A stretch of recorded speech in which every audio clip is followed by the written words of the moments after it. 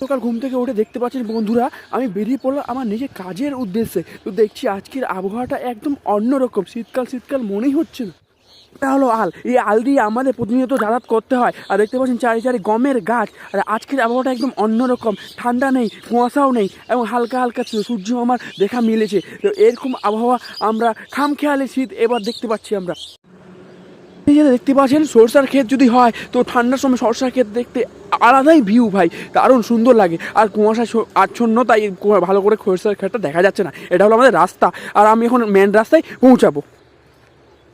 আমাদের মেন রাস্তা, এই মেন রাস্তার উপরে আমরা এখন টোটোতে উঠবো। টোটোতে উঠে আমরা এখন যাবো স্ট্যান্ডে। স্ট্যান্ড থেকে আমরা বাস ধরে আমাদের নিজের গন্তব্যস্থলে পৌঁছাবো। দেখতে পাচ্ছেন আমার বাহক চলে এসেছে স্টেট বাস। উত্তরবঙ্গের গোটা মানুষের কাছে মানে স্টেট বাসের জায়গা পাওয়া একটা বিশাল ব্যাপার ভাই। তো আমিও জায়গা পেয়ে গেলাম, এবং বাস থেকে ভিউটা দেখুন, কুয়াশা হালকা হালকা, এবং মনে হচ্ছে যেন আমি কোনো বরফের দেশে আছি।